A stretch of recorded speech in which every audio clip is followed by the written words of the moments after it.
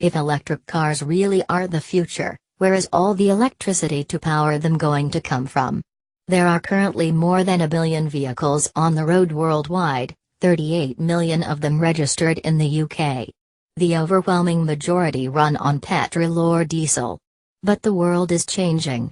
Manufacturers are investing heavily in developing both hybrid and pure electric models to help meet tightening emissions standards.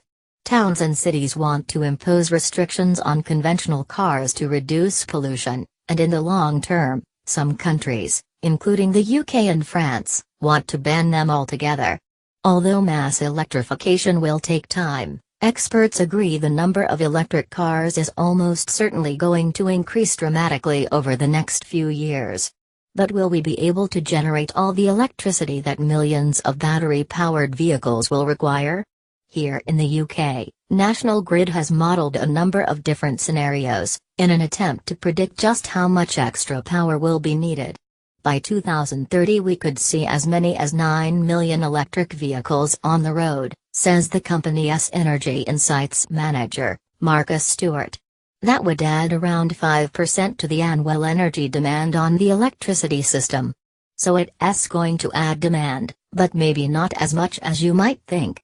One reason the anticipated demand isn't higher is because National Grid assumes that so-called smart charging will be widespread. The principle is relatively straightforward. If millions of people charge their cars at the same time, for example when they come home from work, it will put heavy strain on the grid. But that doesn't have to happen. Smart chargers will allow vehicles to draw power only when it is readily available, avoiding peak periods, while ensuring that they are fully charged when their owners need them. By spreading the load overnight you can immensely vary the capacity needed, explains David Martell, Chief Executive of ChargeMaster, which builds and operates charging systems. Going forward, electricity companies will offer different tariffs at different times of day, so that actually, financially it's worth your while doing that kind of thing. Smart charging, then, could be a useful tool for managing demand when vehicles are parked for hours at a time, either at home or at the workplace. But the carmaker Nissan is hoping to go a step further. At the Nissan Technology Centre in Cranfield, Bedfordshire, a number of the company's electric Leaf models are lined up alongside a bank of chargers. But these cars aren't just drawing energy from the grid, they're also putting it back. The system is called Vehicle-to-Grid, or V2G. The Japanese company is developing it in partnership with the Italian power firm Enel and is already operating a small trial hub in Denmark. Electric cars are, in effect, energy storage devices, and because they spend much of their time parked up not doing anything they can help smooth out the peaks and troughs in energy demand. Basically, we can consider the car as a battery with wheels, says Maria Laura Corellini, the engineer in charge of the V2G project. You can use the energy storage capability in the battery to provide specific services back to the grid. The system uses software to regulate the charging level of multiple vehicles. When the grid needs extra power, it can draw very small amounts from each individual vehicle. When energy is abundant, it can top them up again. Users will get paid for the electricity they provide. If thousands of cars are connected together, then the amount of energy given back to the grid can be substantial, and it can be varied on a second-by-second basis. EMS Corellini calls it a virtual power station. It is a complicated system, and Nissan has been testing it on a small scale at Cranfield for more than a year. Initially the plan is to sell it to businesses that operate large fleets, although the company says it will also introduce a residential version. Other organizations are also experimenting with the technology.